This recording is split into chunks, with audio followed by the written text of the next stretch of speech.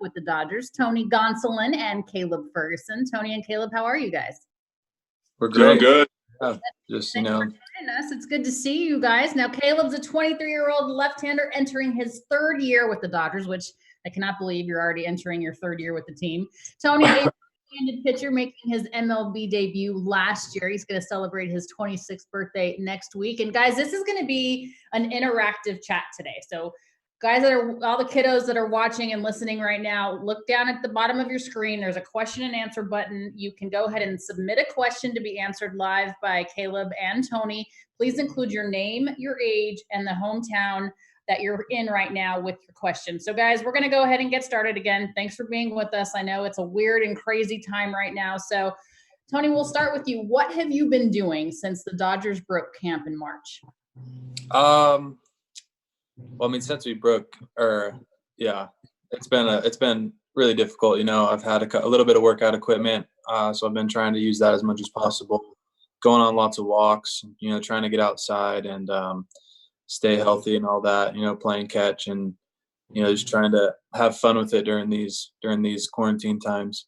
And you decided to stay in Arizona for the off season. What was the reasoning behind that? Just to have a facility to work out at. So we were fortunate enough to be able to work out at Camelback Ranch all off season, which was nice. And I lived with Dustin, so we both were able to like carpool there and all that. So it really saved on gas and everything that way. But yeah, it was nice to have, strength coaches around the whole time and, pitching coaches in and out and just having Dustin as a roommate and all that. Yeah, so that's Dustin May. For those of you guys who may not know who Dustin is, I'm sure all of you on this call do because you're big Dodgers fans. And Caleb, you're back in your home state of Ohio. What have you been doing kind of to pass the time during this crazy coronavirus? Yeah, kind of the same thing as Tony. There's another guy here that's with the Angels that I've been throwing with. We throw outside every day, but here recently our off-season gym, I guess, has opened back up. They run a summer ball organization out of there, and they're doing uniform pass outs. So the guy that kind of runs that will let us in there for a couple hours a day now. So we're able to get in there and like get actual workouts in. But really, for the most part, just doing as much as what I can outside and trying to stay as ready as possible. But taking my dog on a lot of walks, playing a lot of video games. Kind of waiting to get going. Yeah, I understand. You're kind of in the same boat as everybody. All the dogs in America are getting more walks than they can absolutely. Oh, yeah. Now, you're a dog guy. Tony Gonsolin is a cat guy. I guess, Tony, one silver lining is that you're getting to spend a little bit more time with your cats. Can you kind of share with the folks listening, like how the whole Catter Day thing started and why you became such a cat aficionado? Yeah, I've always had cats. They've always been in the household. We've actually always had dogs as well. There's always been at least one dog and probably at least 2 or 3 cats in the house at all times. But yeah, the whole Catter Day thing started in 2017 when the pitching coach in Rancho Cucamonga, Kip Wells, Ferg knows Kip for sure. Oh yeah, what a guy. He actually, I think it was his wife, bought me like a $5 cat shirt at a thrift store. And I come into the clubhouse one day and it's laying on my chair and I ended up wearing it to stretch that day, and I'm pretty sure it was on a Saturday. And then another teammate of ours, Andrew Isler, was like, "Oh yeah, it's Catter Day, like sweet or whatever." So then it became a thing, just wearing that. I only had one at the time, so I was wearing that one cat shirt every Saturday for like 2 months. So yeah, it was just the same, 8 Saturdays or Catter Days, just wearing the same cat shirt. So fortunately enough, I've gotten a lot of different shirts, so I can definitely change it up. Yeah, we did a whole Backstage Dodgers with you and all your Catter Day shirts and the stuff that you've received. Is there a favorite Catter Day shirt that you have? I haven't broke them all out, actually. I have a lot of new ones that everyone hasn't seen. So I think one of my favorite ones is within that. But yeah, there's so many to choose from. There's a lot of favorites in there. Well, I hope we see you for a lot of Saturdays in this upcoming season, however long that's going to be. When spring abruptly came to an end, you guys, you were having really strong spring. So what have you done to kind of maintain that? And how do you take that success that you had, Caleb, in spring with such a pause into another spring training that we're going to have before you guys actually start your regular season? Yeah, it's been tough actually. I mean, like with where I was at whenever we got canceled, whatever you want to call it, pause, whatever.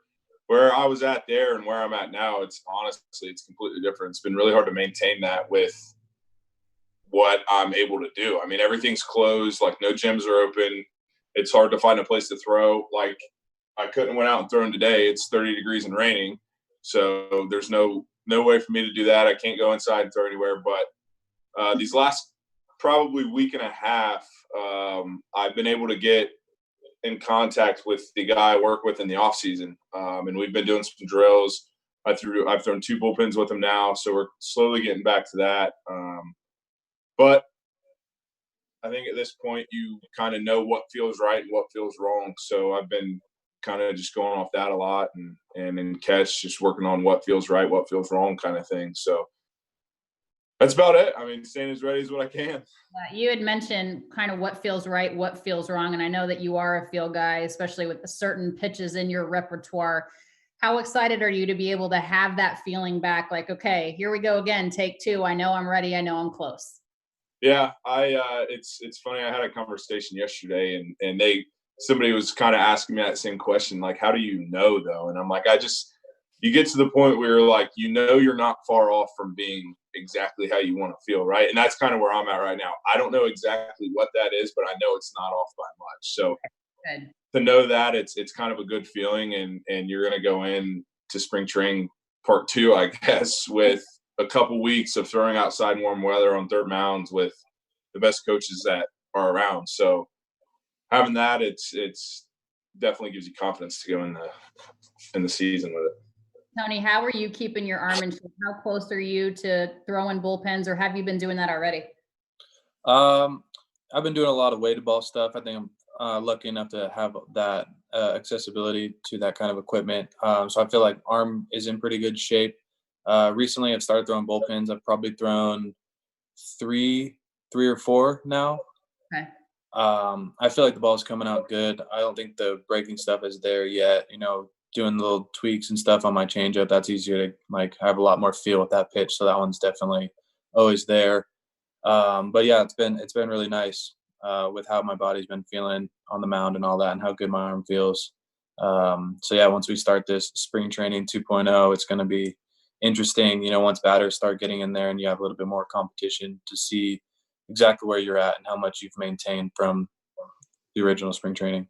It's so difficult, I would imagine, for you guys being pitchers, being able to kind of get that work in, and you have such a different skill set than your counterparts that are position players. And I was talking to Edwin Rios and Matt Beatty on one of these Junior Dodger Zooms a couple of weeks ago, and they were talking about, and they're roommates. So they were talking about, hitting pinto beans with broomsticks to just try to like keep that rhythm and timing, and, anything that they could do in the house. Are you guys doing anything? Are your girlfriends allowing you to do anything in the homes, like that's not breaking windows or anything that is allowing you to like keep in shape? Or are you forced to go outside? Because Caleb, for you in Ohio, you really can't. Yeah. I'll be honest with you. Anytime I do a dry wrap, a pitching dry wrap, a pitching drill, a pitching anything, Carissa looks at me like I'm crazy. So no, I'm not doing anything in the house. Everything I do baseball related is outside of the house. You better go outside. You're not breaking my house. Yeah, she is not about me doing a pitching motion in the living room while she's trying to watch a show. So Tony, what about you? Are you doing anything? Well, you can go outside because you're in Arizona, but are you trying to do anything, pinto bean, broomstick related as far as pitching is concerned? I mean, no, I got none of that. Nothing inside. I don't have to do anything inside. There's so much open space outside. We have a park right down the road, so I have a net I can throw into. But yeah, so it's been very easy on that front. Never had to do anything inside. Arizona, buddy, you got to get to Arizona. Ohio's killing you right now. Yeah. Possum, one of our trainers, keeps asking me why do you live in Ohio? Why? He always says there's nothing in Ohio, but I don't know. I love Ohio, just like everybody else loves. People at Texas think Texas is the best ever, right? I mean, I don't know, whatever. Yeah. I'm pretty at this point pretty partial to where you guys play in Southern California. You guys We have so many great junior Dodgers on the line right now from all across the country. We have about 500 kiddos and their families on the line. And of course, many of these young guys and girls aspire to be, the best at what they do. And a lot of people would love to do what you guys do and be in the major leagues. And Caleb, you had Tommy John surgery in high school and fell to the 38th round as far as a pick is concerned. But you made it and you persevered. Can you kind of describe that hard work that it took for you to make it to the majors after hearing, so many names called before you? Yeah, kind of crazy story, but get drafted in the 38th round, sign hurt in a Tommy John brace, fly out to Arizona a couple weeks later, still in this Tommy John brace, and you walk in and you got people looking at you like, we really just drafted this 38th round high school kid who had Tommy John and he signed. And I'll never forget the trainer I rehabbed with. He's still with us. He runs a lot of stuff on the minor leagues. And when they drafted me, he threw his hands in the air like, what are we doing here?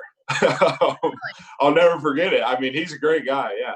And he tells me the story all the time about it. And we have a great relationship now, but kind of crazy. I mean, yeah, there's a lot of things that had to go my way that did. And I'll never forget, I did my rehab with Ross Stripling, and being able to watch how he went about everything. And this was before he was even in the big leagues, obviously. And just the routine and everything that he would do really gave me something to kind of go off of, and being able to have that and then just take that through the minor leagues. But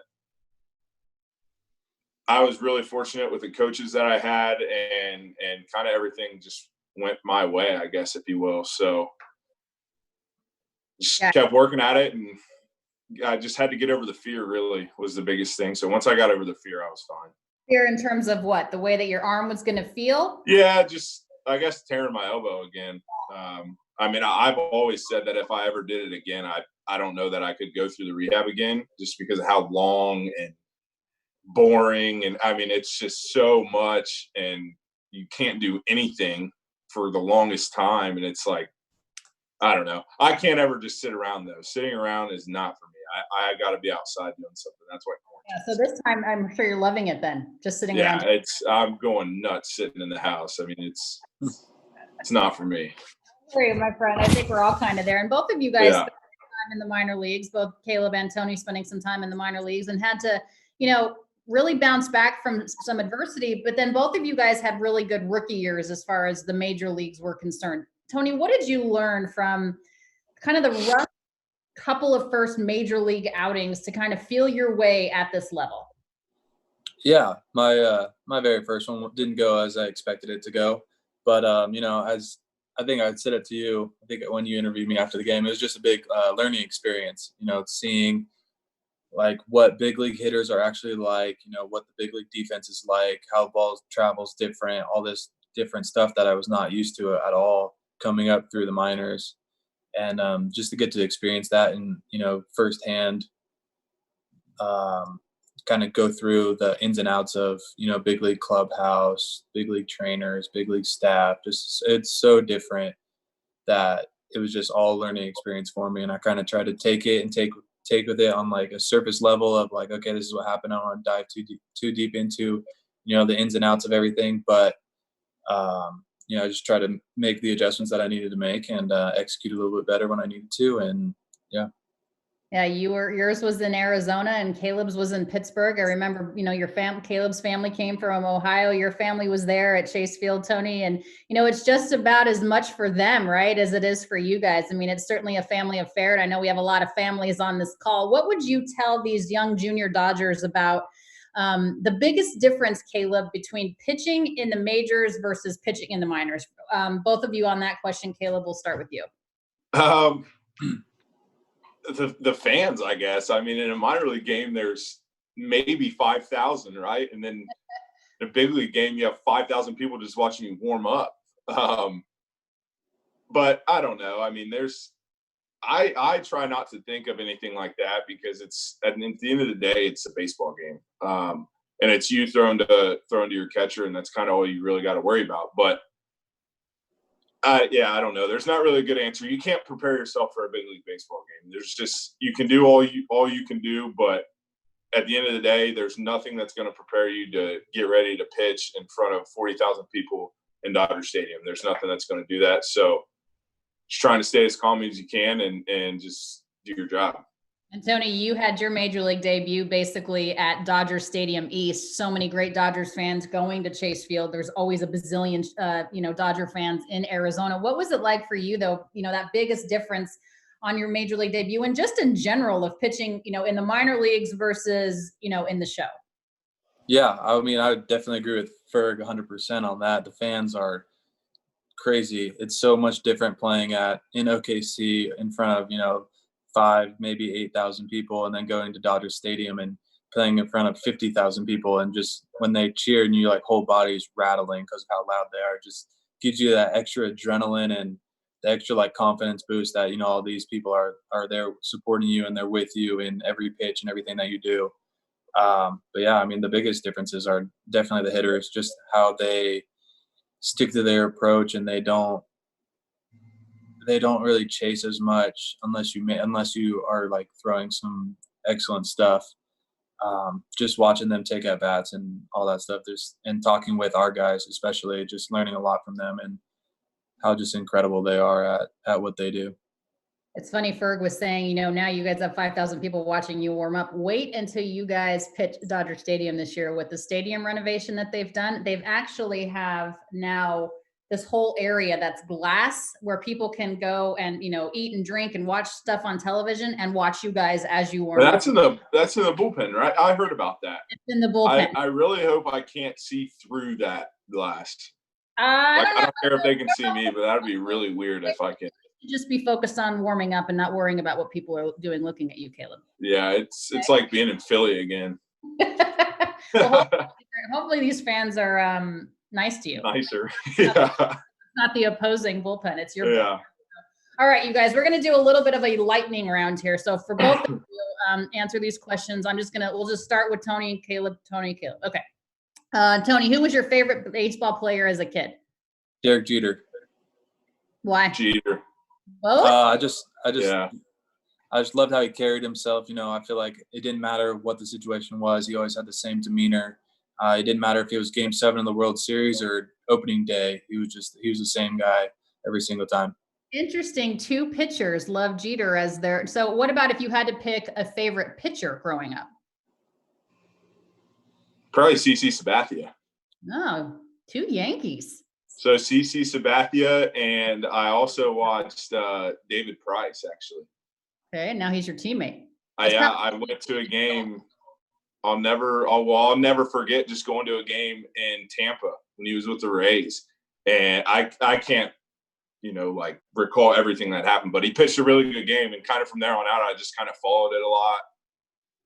So crazy. Because he was a lefty, is a lefty also? Yep. Or okay. Yeah. That's right about the same time I actually started to focus on baseball too, because I always wanted to play football. So I never really watched baseball a ton. And then I went to this Rays game with my family and he pitched and I'm like, wow, that guy was really good. And it's kind of yeah, I'm left-handed too. So why not watch him on YouTube? Just watch a bunch of highlights. And now he's retired. Tony, what about you as far as a pitcher? Mine's probably Tim Hudson. Okay.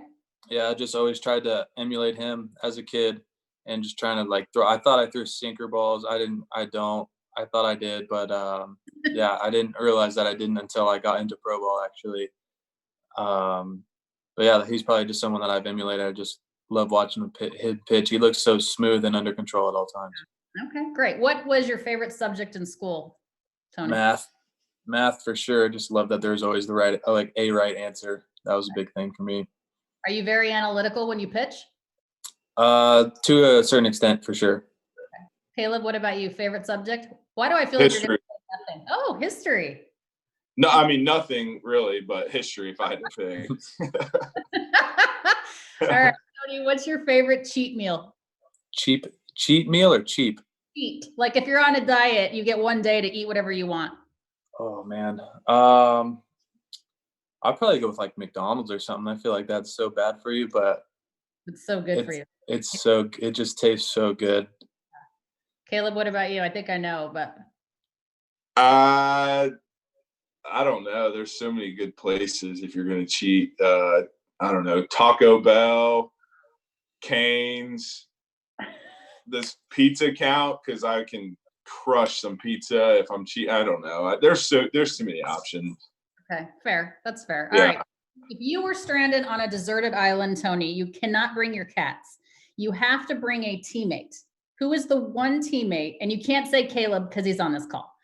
Who's the one Ferg teammate? is a great person to pick, though. He can hunt. He's such an outdoorsman. He could do it all. Oh man, I have to bring someone. Let's see. Rolls. I know. Oh, there's so many people to pick from. I'm trying to go through everybody. Probably Flo. Okay. Flo, I feel like he's another outdoorsman too, similar to Ferg. I feel like he'd just get it done, and I feel like we would just survive. You know. Do you have any responsibilities on this island, or you're going to let him do everything? No, I'll help for sure, but Flo kind of take the lead, and if whatever he needs, I'll do it. Okay. Caleb, what about you? One teammate. Will Smith.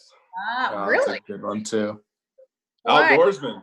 Is he? Oh yeah. He's a man. If We live together in spring too, so I've known Will for a couple of years now, and yeah, we'd make it out alive for sure. Okay, very good. Survivor style. Okay, what is your favorite sport other than baseball? Ooh. Football. Ohio. I don't watch it. I don't do a lot of sports, honestly. College football to be exact. I don't know. Ohio Yeah. State. Oh yeah. I don't do much. Like, I don't watch a lot of sports. Maybe like some of the Olympic stuff. I like watching all that. Like the snowboarding, the Winter Olympic stuff looks exciting to me. Okay, very good. It's Mother's Day on Sunday. I don't know if you guys know that, but you do now. So, did you get mom something yet for Mother's Day? I did. Like Today, this morning. Today? What did you get her? She's probably not listening, right? A gift card. She's doing like some stuff in their house, so I got her a gift card to Home Depot. Very good. Yeah. Nice. That's a good one. I got my mom a card so far. I'm gonna put some thoughtful words into it and send it out. It's Good. not gonna get there by Mother's Day, but she'll understand. That's okay. Better late than never. All right, you guys, we're going to have some of our kiddos ask you some questions. And again, if you're listening, make sure you go down to the question and answer section at the bottom of your Zoom and get some questions in, and we'll do what we have time for. So this first question, guys, is from Addison L. from Burbank. How long does it take to memorize the layout of a stadium, Caleb? I don't know that I've ever memorized one, to be honest with you. It takes me about one time to realize where the visitor bullpen is, and then I'm good. Okay. Yeah, I don't know. I've never memorized one. Yeah, I wouldn't be able to tell you where any sections of stands are or anything. I know how to go to the parking lot, down to the clubhouse, onto the field, back up to the parking lot now. I mean, that's about it, right? That's maybe more for outfielders. They would need to kind of get the lay of the land. As far as they need to cover where, the walls are, all that type of stuff. All right. Luke G from Port Richey, Florida wants to know, what was your reaction when you got called up to the Dodgers? Caleb? I was just more in shock than anything. I couldn't really believe it was happening. Speechless. I mean, I can remember I was sitting in OKC, had my bags packed. We were going on a road trip, and the manager at the time, Haas, I was kind of getting on the bus. He's like, "Hey, man, wrong bus." And he's like, "You got a flight." I can't remember if he said you got your flight tonight or your flight in the morning. Something about having tonight. I was just so like in shock. Yeah, I mean, you're speechless at the time, and you don't really even know kind of what's going on. So I didn't have like a crazy reaction. I didn't know what to say. I called my parents, and I'm like, I just got called up to the big leagues, and they're like, "Oh yeah, what?" And everybody's just like, "Holy cow, what's going on?" Nobody knows how to react. Tony, what about you? Got your call up? Yeah, I mean, it was a very similar reaction. I didn't have much to say. I think we had just lost pretty badly in OKC, so that's not a great thing. But it was cool to come out of the office and see everyone, pumped up for me, all my teammates and stuff like that, pumped up that I was, going to go up. And then I called my mom, my dad, my brother, and told all of them. So it was just kind of it was a fun time to tell them, and then try to arrange flights and all that stuff. Yeah, and then the reality sets in that you got to get to wherever the team is, and you got to post, as Dave Roberts, your manager, likes to say. You have to post. All right, a couple more. This is from Cohen and Audrey Ortiz from Brea, California. Who has the best singing voice in the clubhouse? Not me. If you watch any backstage Dodgers. I'm going with Stripling. Yeah, Strip. Okay. Yeah. Is it always country? He sings it whatever's on in the weight room. Oh, okay. Yeah. Strip. I feel like Strip can sing it all.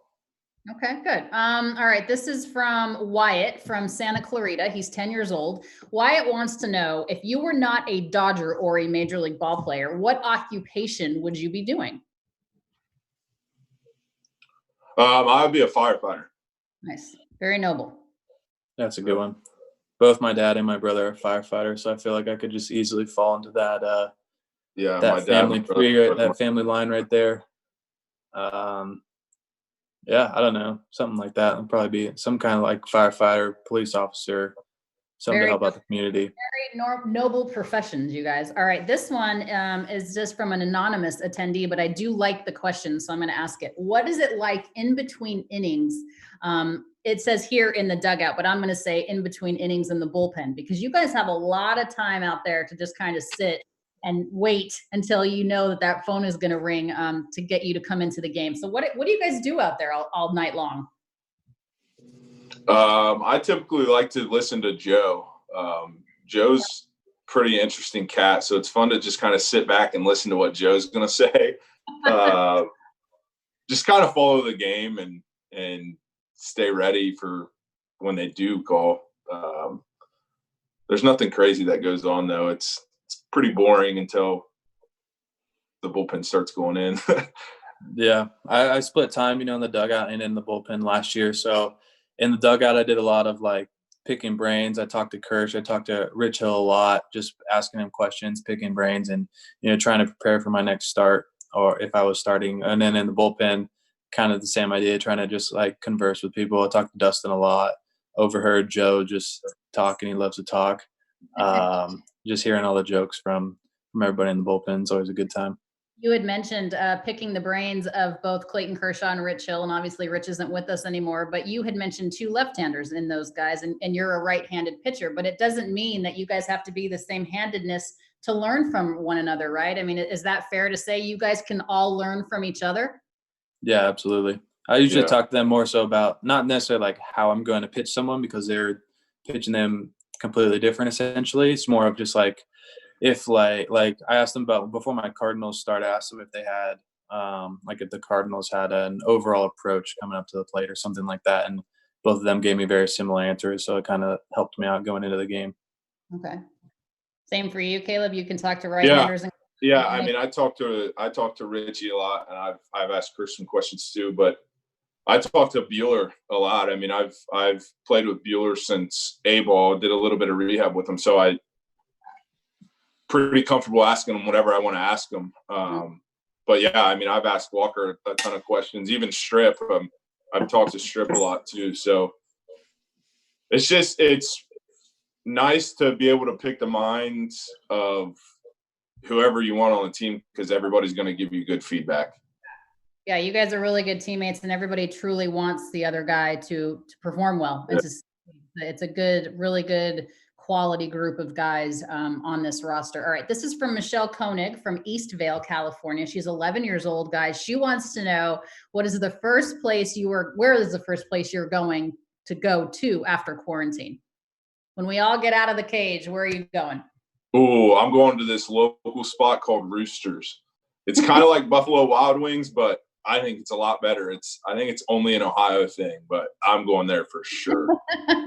Tony, what about you? When you're allowed to go anywhere, where are you going? I wish I was back home and I could go to my favorite Mongolian barbecue place called Chinois. That's my spot. I love some Mongolian barbecue. Okay. I think everyone's kind of on the same page. Everyone wants to go eat where that they haven't been able to go. This is from Luke. Do you guys have any game day superstitions? Tony, what about you? Ooh, superstitions. I don't know if I would say like a superstition as much as just like in my routine. I always try to go. I don't know if I wake up early, but I wake up early enough so that I can go out to a place to sit down and have some breakfast.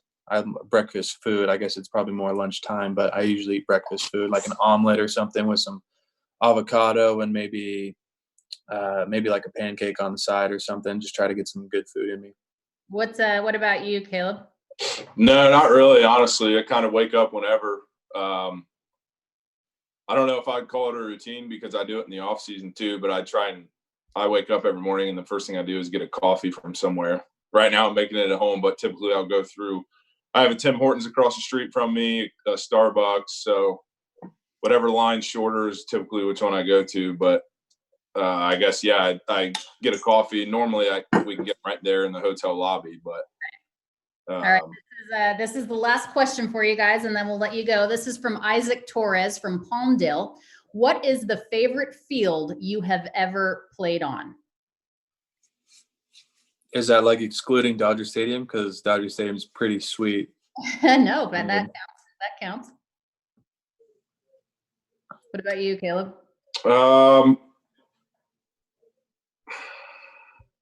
Dodger Stadium is really, really nice. I mean, it's the home stadium.